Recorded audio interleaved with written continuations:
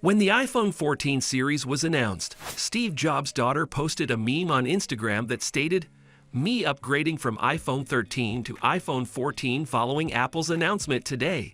The meme showed a guy holding up a shirt that looked just like the one he was wearing. Well, she is not wrong.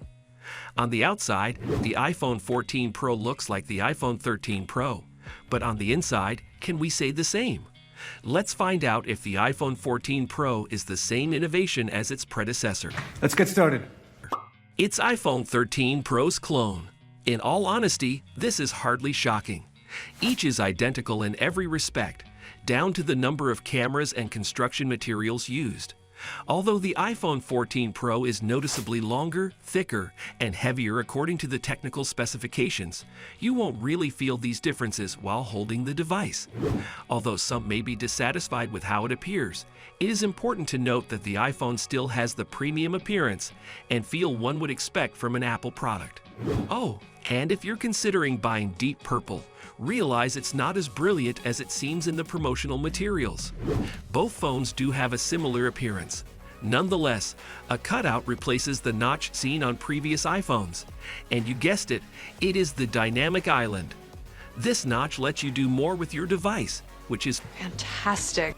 But we wouldn't call it an innovation. In a moment, we'll explain why we're not impressed by the dynamic island. Lightning port again. Lighting was formerly even quicker than the current generation of USB. Apple continues to use the Lightning connection despite the fact that USB has improved to the point where it is now superior. Its compact size does really enable Apple to create iPhones with ever more minimal profiles. Yet it necessitates the disposal of electronic trash and additional expenses. Any of these peripherals would be rendered obsolete by a change in connection type, leading to massive volumes of electronic trash and substantial replacement costs for customers. It's funny how Apple, which prides itself on innovation, was slow to adopt the USB-C standard. As Apple holds the patent for Lightning, they may dictate who can create approved cables and charge for them, leading some to conclude that this is all an attempt to exert control or drain the consumer. The iPhone 14 Pro's lighting is identical to that of its forerunner, hence its speed is also the same. The Lightning connection offers transfer rates between USB 2.0 and 3.0, with an average of 60 megabytes per second. For context, the current standard USB-C 3.0 allows for a transmission rate of up to 640 megabytes per second. That's far quicker than the Lightning connection can go. Although neither USB-C nor Lightning can achieve the full transfer speed in theory, USB-C is still noticeably quicker than Lightning. Nonetheless, the European Union's push has resulted in the inclusion of a USB-C connector on the next generation of iPhones. There is more on that and other features to expect from the iPhone 14 Pro's successor, so subscribe to stay updated. What are you gonna do? I've already subscribed. Dynamic Island. This dynamic island is the new face of the iPhone, according to Apple. To multitask on an iPhone, Apple developed a feature called Dynamic Island. Apple boasted about it on their website, stating, "Introducing Dynamic Island, a truly Apple innovation that's hardware and software and something in between. It bubbles up music, sports scores, FaceTime, and so much more, all without taking you away from what you're doing. No one can deny how much fun it is to use. But I don't think it's a game changer or a good enough reason for customers of the iPhone 13 Pro to switch. The Dynamic Island doesn't really add anything, if we're being honest. It has a new user interface, but it doesn't provide any functionality that wasn't there before. You can use it to tap and hold to play /pause music and switch songs. But hey, Apple, we could do that already. The Dynamic Island isn't all that exciting. As a consequence, there's a broad cutout below the notch that eats up valuable space while using YouTube or other apps with a larger aspect ratio. Also, by not filling the screen with the movie, you may avoid an unappealing cutout in your watching experience. I'm expecting that since we've learned that Dynamic Island will be included in all future models, this will alter in the future. The floating island was intended to hide the notch for the selfie camera, but we found it exceedingly inconvenient. When it comes to cameras, the iPhone 14 and your current smartphone both provide outstanding photography results. We'll come back to this later.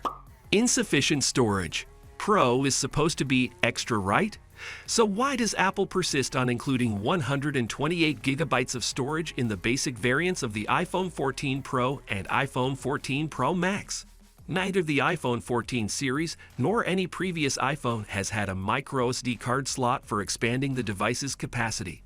Thus, the amount of space available on your iPhone at the time of purchase is all you'll have till you change it.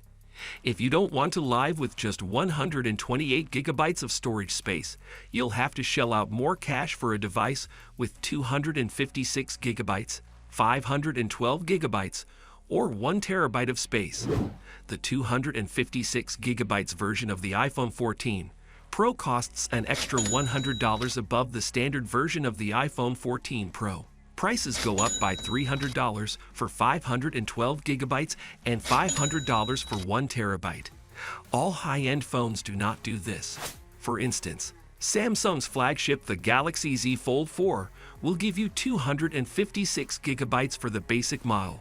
If anything, this is all the more incentive for Apple to start providing iPhone Pro customers with Pro levels of storage. Camera. If we claim the camera on your iPhone is good, believe us. You probably already know that if you have an iPhone released in the past couple of years, it has a fantastic camera. The primary wide-angle camera in the 14 Pro has a new 48-megapixel sensor, which is both physically bigger than the sensor in the earlier iPhone and responsible for a noticeable improvement in picture quality. The camera on the 13 Pro is 12 megapixels. When viewed from a distance, it may be difficult to distinguish between the 12-megapixel images captured by the iPhone 14 Pro and the iPhone 13 Pro in ideal lighting conditions. The new image processing pipeline in the iPhone 14 Pro helps boost medium to low light photographs. But how often do you really take pictures in such conditions? This is why, despite the small upgrades made to the iPhone 14's camera, the iPhone 13 Pro still has great cameras.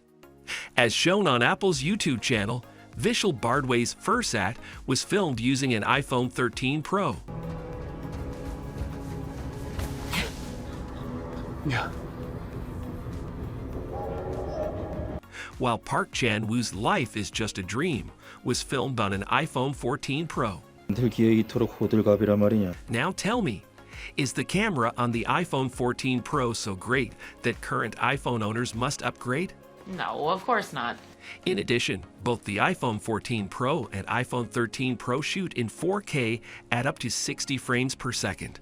It's crucial to think about how much of an improvement the iPhone 14 Pro will be if you're having trouble choosing whether to get it. Yet, if you're still using a previous iPhone model like the iPhone X, the iPhone 14 Pro can be your best option. So listen up, iPhone 13 Pro owners. You can save your cash. What you should spend your money on is the iPhone 14 Pro's successor. Why? It has a new slew of features and addresses what the iPhone 14 Pro lacks. So watch our next video. If you liked it, please don't forget to subscribe below.